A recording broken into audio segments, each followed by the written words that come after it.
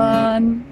So today we thought we'd come for a little visit to our local farm shop. It's not too far from where we live, so it's about 20 minutes, if that really, and it's called Strawberry Fields, and it's amazing. Like inside, it's just amazing.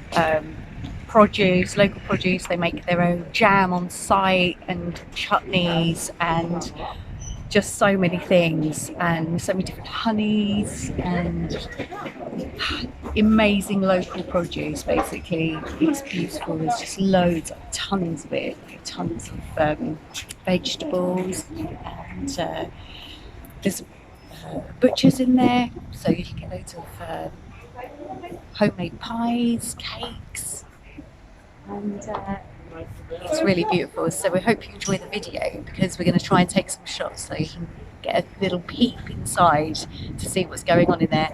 And a bit later on in October they're going to do a special little pumpkin hunt to celebrate Halloween, obviously, but we do it with celebrating the vegetables of the season. So the kids can go pumpkin picking. So hopefully we'll be able to make it, won't we, if it all goes ahead. So hope you enjoy the video.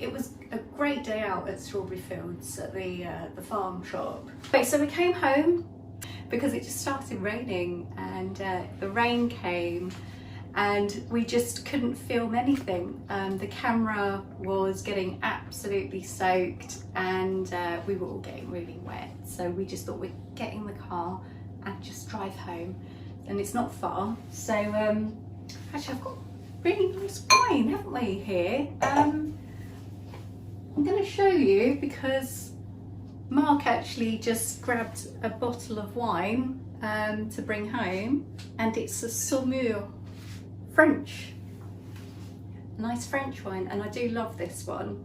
So Appellation Contrôlée, can't go wrong with that. Oh yes, the south bank of the Loire, of course. So French wine from the Loire is really as good as it gets. Basically, it really is one of the best locations for vineyards and wines, and it's so light. It's a really light red, and that's what I like. I don't like really heavy reds. So it's already getting dark outside. It is really, the autumn's here, and the nights here in the UK are already drawing in quite early in the day. So we're just gonna have to make do with the light that's left really, which is not much of the day. But we have decided that we were going to end this video today with you guys with a nice bit of cooking, because we're going to cook up, I decided I was going to do a quiche, and I love quiche. We all love quiche so much. My mum has always made us quiche at home when I was little growing up, and this is really a recipe that I have borrowed from Mary Berry, and I love Mary Berry so much. I have done one of her cakes already. One of the videos that I've done is one of her chocolate cakes that I make all the time. But this is a quiche recipe which is really similar to my mum's, but I am following Mary Berry's recipe just to make sure that I don't forget anything. But once it's made, it's just so filling. It's really filling. You don't need a lot of it. It serves up to 8 people. And we're 4, so it does last us until tomorrow. We eat it until it's all gone, and it does go on till tomorrow for lunch. We'll probably have it as well, and we all just love it. But it is really filling because it's got cheese, cream, there's butter, and I'm going to show you the recipe. And it's really easy to make because quiche is, you know, easy. It's not a difficult thing to make. So if you want to cook up something really quick in the evening, this is a great recipe for that. So I'm just going to show you. You could use, I mean, Mary Berry uses Gruyere cheese, and I love Gruyere, but we have cheddar. We're a lovely farmhouse mature cheddar that we've just picked up from the shop, and I've grated about 125 grams. So that's what you need for this recipe. You need some cheese, and we've also got, we're going to use 2 large eggs, and we're going to also use 1 onion chopped finely, which I have already prepared over here, and we are going to be using some single cream. That's 250 ml of single cream. So we've got some here. We've got the cheddar cheese, and also I've also prepared 175 grams of unsmoked, or you can use smoked bacon. You can take the rinds off, preferably. I have, however, kept them on just because I think it adds flavour, and we don't mind keeping it on. So I'm going to cook the onions and the bacon together in a pan. Now, what I need for the pastry is some plain flour, and I need 175 grams. So there we go. I'm going to put the flour into the bowl. And I'm just going to prepare just some unsalted butter.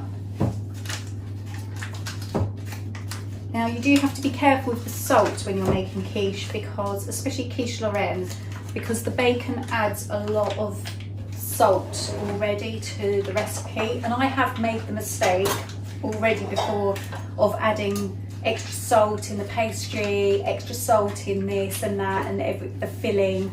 And really, if you're going to use salted butter as well, which you can do, you won't need to add any extra salt. So just be careful with that, because I made a lovely quiche, the pastry was beautiful, everything was lovely, but unfortunately I had over seasoned with the salt, and it was just ruined. It was such a shame because the pastry was great.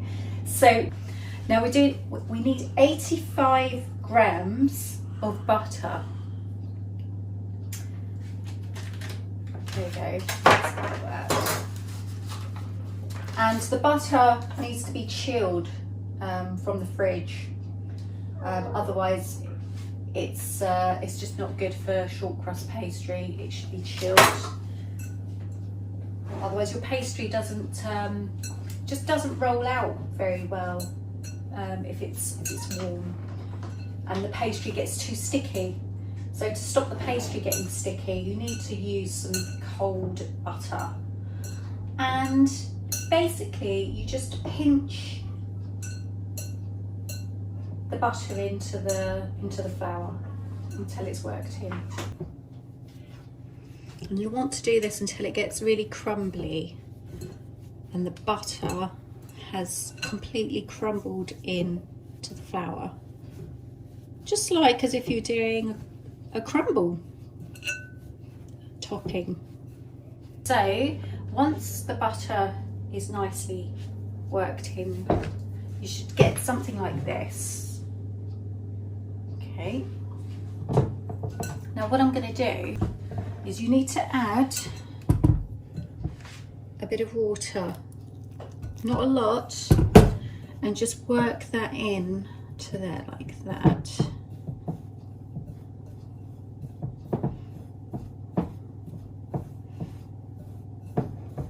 Now, just go slowly with the water, because you can't take the water out once you've put it in. So just put it little bit by little bit. I'm just going to put a little bit more in there.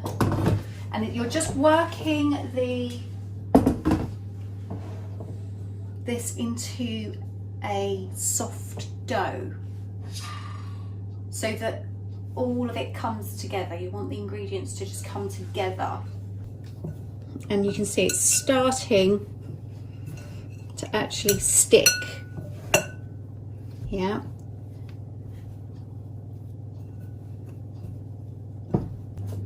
That's good. Now if it is a little bit sticky, and it's stickier than you want, you just add a little bit of flour in there, and that should bring it back together and get it back to where you need it to be. Okay, I'm just going to put this in the fridge, and I'm going to let that cool for about 30 minutes max, but sometimes it doesn't need quite as long as that. So I'm just going to wrap this up in some tin foil, and we're going to put that in the fridge for 20 to 30 minutes or so whilst we prepare the next stage, the filling part of the quiche. So now I'm going to prepare the filling for the quiche, and this doesn't take long.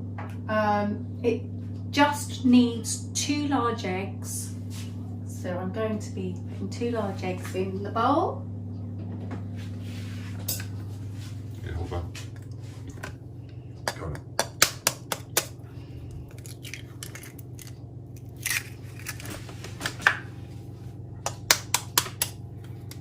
And as these aren't true large eggs, I consider large eggs a lot bigger than this. I'm going to put 1 more egg in here because they're more medium. Although it says large, this is always my problem with eggs. It says large and they're not.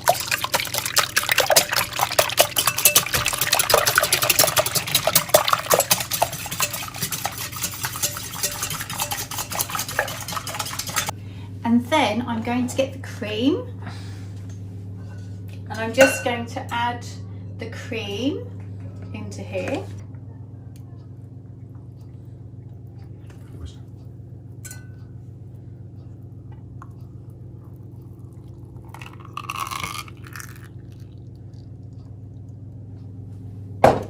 Now it is quite a rich recipe, and quiche is quite filling, so we only really serve this with a little bit of salad, or I mean if the children want extra chips, then we will, you know, we do extra potatoes or chips or something with it. And it's a really nice easy home recipe. Children love it. It's funny because they're very difficult, picky little eaters, as children are. But if I do quiche, there's never a problem.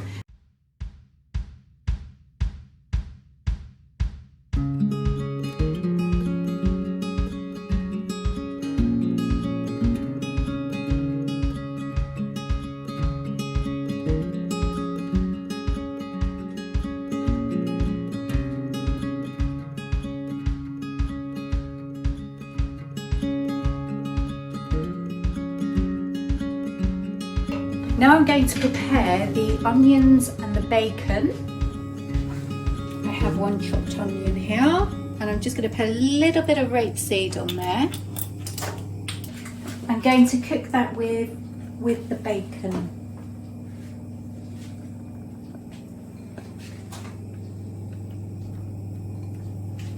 And I have chopped the bacon quite generously, like quite rustically really. I suppose you know, this is a French recipe really. I mean, quiche is French, but they would use lardons.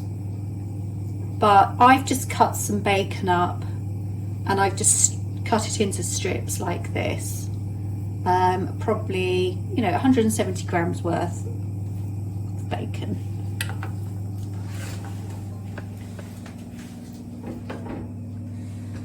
And we're just going to let that cook until it's really nice and golden.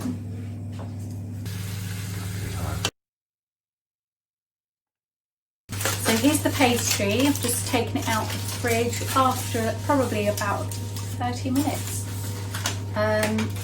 which has cooled nicely. So I'm going to get it prepared to roll out, and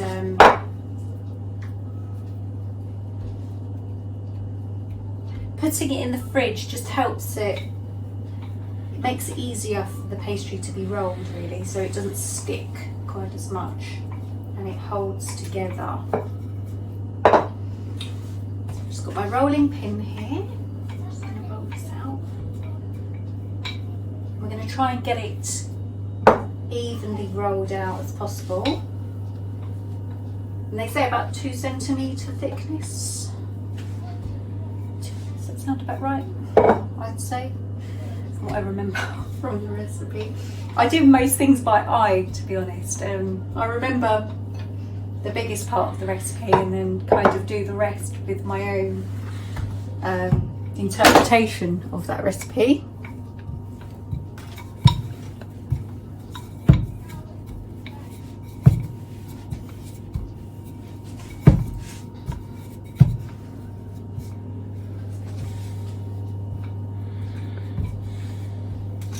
But I mean, I've done this recipe quite a few times now, and I have to say every time is different. I don't think it should be different. It should probably always be the same and quite consistent. But I don't know, for some reason the pastry's always tastes a bit different. It's a bit crustier, a bit more crumbly or less crumbly. It depends. But I quite like that. It just means it tastes a bit different every time. But it's always good. It's always good. Apart from if you put too much salt in. Just don't do that. It's not nice if it's not salted at all, but then it's not nice if you over salt it. So you really have to get the seasoning is so important in food, it's crucial. And that's why it's good to taste it as you go. So I've got a tin prepared and I've already pre-buttered it. I've just given it a little butter over there, and I'm going to just try and hopefully without ruining the pastry, I'm going to put the pastry onto here, onto the tin.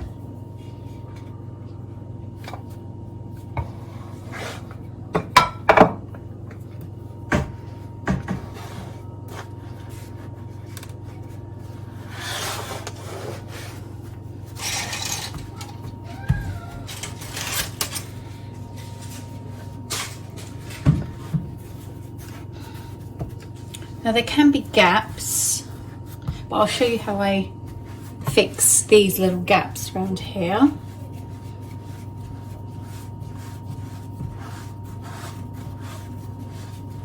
Okay. Just gonna take the edges off here.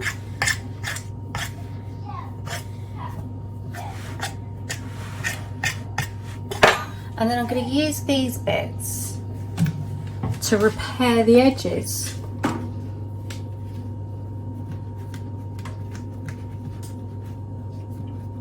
Because this is good homemade short crust pastry, and I don't want to waste anything on here, and I want it to look as good as possible. But you will do this and it will not show once you've cooked it.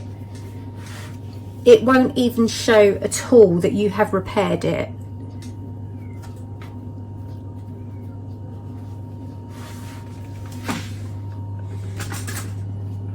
So I've repaired the little gaps around the tin that had been there. I'm just going to just cut again around the tin just to make it nice and tidy. And there you go. This is what it will look like. So this is a perfect short crust pastry for your quiche or any pie or apple pie, or you can use it for desserts or main dishes. This is just all you need to know how to make that, and you can fill it with anything you like. So now this, now the bacon and the onions has cooled, I'm just going to add this in to the cream mixture with the eggs and the cheese.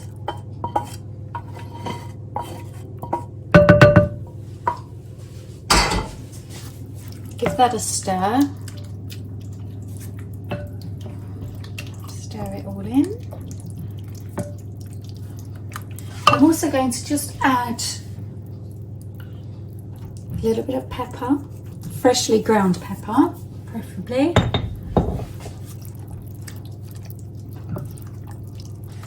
Now I have preheated the oven at 220 degrees, so it's really nice and hot. And once I put this in, I will just turn it down to 180 degrees for it to cook. But it's got to be really nice and hot. I'm just going to pop this into here. I'm not going to pre-cook the pastry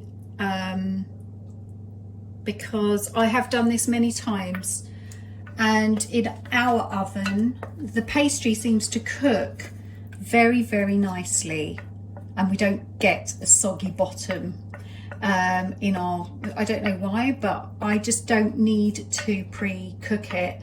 But if you're not too sure, Mary Berry does advise that you give your pastry a blind bake. That's it, that's what I'm looking for. But I haven't blind baked it. I just think this is an amazing oven, and it just seems to do the job really nicely.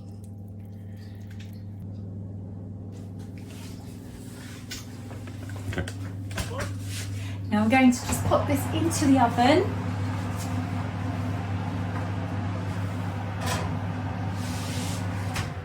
Onto the middle level. I'm going to just turn that down to 180 degrees. And we're just going to let that cook until it's golden on top. It normally only takes about 30 minutes max to cook, but generally it might take a little bit less, 25 minutes maybe. And I'll show you once it's ready. Okay, so the quiche has been in the oven for 30 minutes and I've just checked on it and it does look like it's ready to come out the oven. So it's all nice and golden and it looks really good. So I'm going to get it out the oven.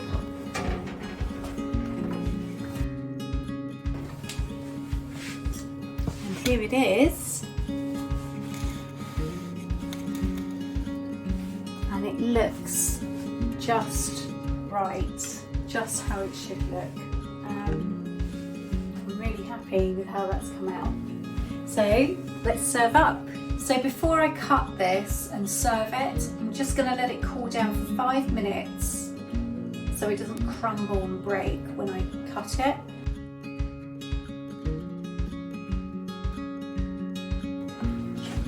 Right, so I'm going to serve up. Let's give this a cut.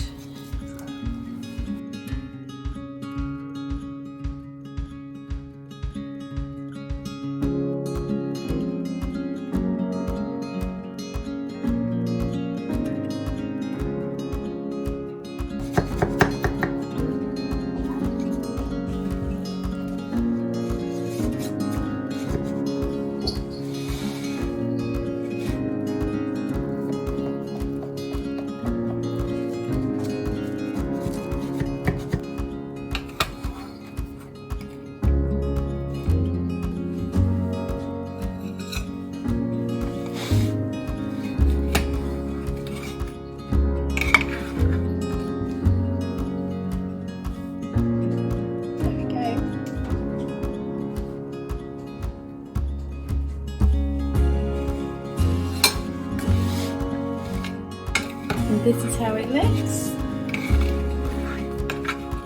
once it's cooked.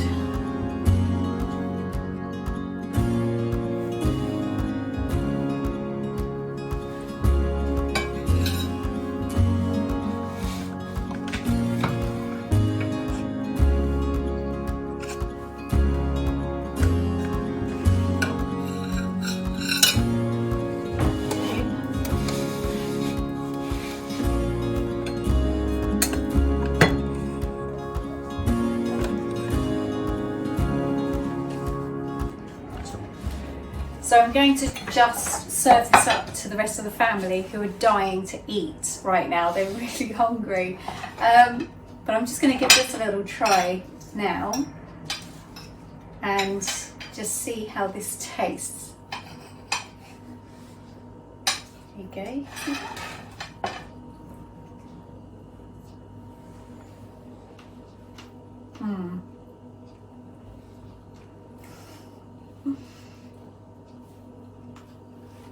Okay, so no soggy bottom on my pastry, even despite not having a blind bake.